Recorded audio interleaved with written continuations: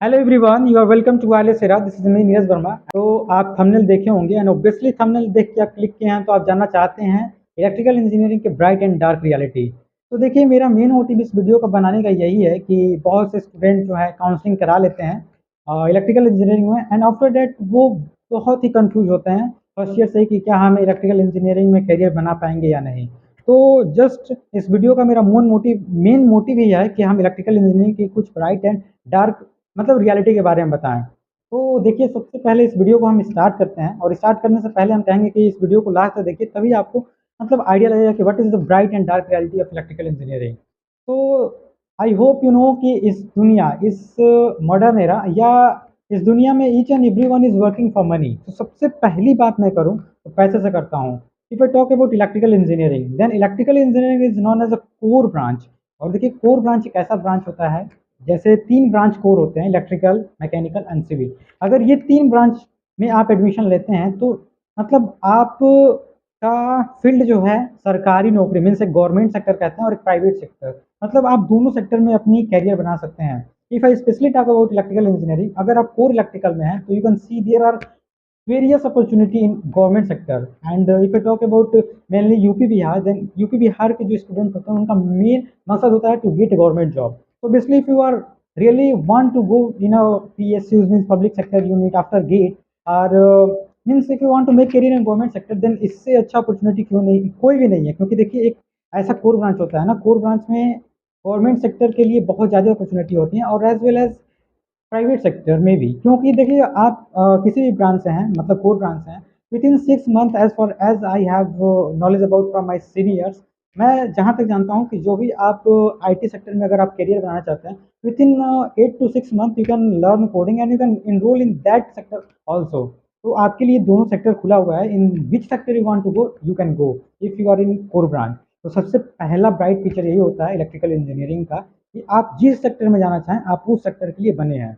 Well, this is now you know this is the sector of IT era, means IT, CSIT में बहुत से बच्चे enrolled हो गए हैं, और nowadays due to that there are more number of population, and to get a good number of job in CSIT it's really difficult। And देखिए, जो CSITs होते हैं उनके लिए गवर्नमेंट सेक्टर जो होता है ना, बहुत ही कम अपॉर्चुनिटी होती है। उनके लिए केवल और केवल प्राइवेट सेक्टर में ही अच्छी अपॉर्चुनिटीज़ होती हैं। तो इसके कंपेरिजन में हमारा इलेक्ट्रिकल तो सही है कि हम जिधर जाना चाहें उधर जा सकते हैं, right. So if I talk about another I mean bright feature, then I can say, देखिए, इलेक्ट्रिकल इंजीनियरिंग होता है वो जो जो भी आप अपने घर में इक्विपमेंट देख रहे हैं, fan, bulb, LED, what ever, you can you can just interact with that. तो इसमें जो इंटरेस्ट लाना होता है इलेक्ट्रिकल इंजीनियरिंग में, आप इंटरेस्ट बहुत इजीली ला सकते हैं। लेकिन अगर डार्क साइड की बात करें तो electrical engineering is one of the hardest branch in all engineering. देखिए, अगर बात करें, ये सबसे कठिन होता है, and as well as it's based on older pattern. मतलब ये बिल्कुल ओल्डर पैटर्न पे चल रहा है। मतलब जो पहले के लोग पढ़े हुए हैं 50 साल पहले, वही हम भी पढ़ रहे हैं।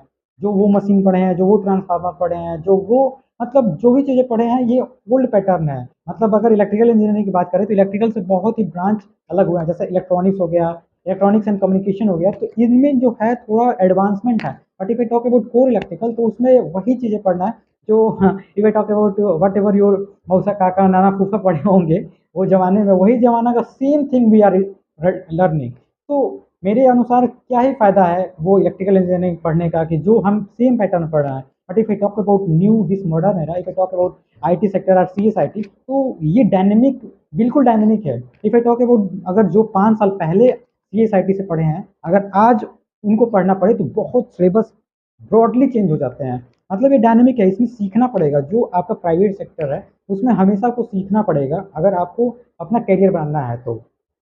वेल, ये दूसरा ब्राइट फीचर हुआ कि इसमें इंटरेस्ट है। डार्क फीचर ये हुआ कि ओल्ड पैटर्न पे चल रहा है। If I talk about another thing, then in electrical engineering I mean to say, as I have already talk about, ये बहुत ही कठिन है। तो मेरे अनुसार अगर देखिए, if I talk about after BTech, so many student if they are enrol in मतलब कोर ब्रांच, तो वो चाहते हैं कि हम गेट का प्रिपरेशन करें।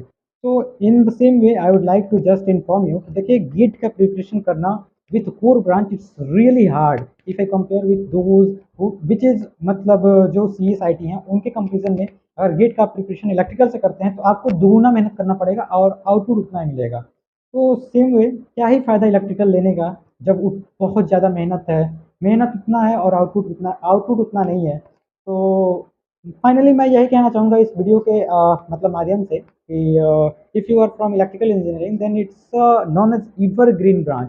जैसे अ, आप जानते होंगे जब कोविड-19 आया था तो हर एक चीज़ बंद हो गया था, राइट? हर एक फील्ड बंद हो गया था, लेकिन जो मेडिकल फील्ड था वो ओपन था। इन the same way in the field of engineering जो कोर ब्रांच है इलेक्ट्रिकल, मैकेनिकल एंड सिविल, ये कभी बंद नहीं होने वाले हैं, ये हमेशा चलेंगे क्योंकि आप जानते हैं, देख ही रहे हैं, इलेक्ट्रिकल पे each and everything is best. आपके लैपटॉप, आपके कंप्यूटर, आपके mobile, each and everything, cooler, मतलब एक दिन इलेक्ट्रिसिटी ना रहे तो आप अपनी मतलब जो आपकी दिनचर्या है उसको जस्ट इमेजिन कर सकते हैं। तो how electricity is important you can imagine. So in the same way, I can say electrical is a evergreen green branch. Wherever you want to go in from electrical branch, you can go. If you want to go in private sector, you can, and if you want to go to make your career in government sector, you can. तो finally I can say कि देखिए किसी भी competition का preparation करेंगे तो थोड़ा electrical में ज़्यादा कंपटीशन है in the field. I mean जैसे हम पढ़ाई को लेकर करें तो ये थोड़ा हार्ड है, और अदर ब्रांच की बात करें तो थोड़ा बहुत ईजी हो जाते हैं। अगर गेट की ही बात करें तो गेट में इलेक्ट्रिकल से आप 30 से 35 नंबर लाने में हालत ख़राब हो जाती है बहुत अच्छे लोगों की, लेकिन यही हम CSIT की बात करें तो ईज़िली अगर थोड़ा-सा मेहनत करते हो तो आप 50 प्लस ला सकते हो। तो सेम है अगर आप PSUs या after GATE if you want to go in MTech, if you want to pursue higher education, then थोड़ा इलेक्ट्रिकल से करने में ज़्यादा मेहनत है, और मतलब बहुत ज़्यादा मेहनत पड़ेगा if I compare with other brands. So finally I can say कि ये ओल्ड पैटर्न पे है। It's if I talk about me then अगर मुझे ब्रांच चूज़ करने का अगर ऑप्शन मिले तो ऑब्वियसली मैं कुछ नया फील्ड की तरफ जाने की कोशिश करूँगा। मतलब इसी में जैसे इलेक्ट्रॉनिक्स हो गया, इलेक्ट्रॉनिक्स एंड कम्युनिकेशन हो गया, उस फील्ड में जाओ जिसमें थोड़ा नया चीज़ सीखने को मिले। क्या वही पुराने पैटर्न को हम पढ़ के मतलब करेंगे? तो finally I am not demotivating, my just theme is to कि जो आप इलेक्ट्रिकल में अगर आप एडमिशन भी लिए हैं तो electrical is one of the evergreen branch and you can make your career in which field you want to go. So finally I would like to say thank you.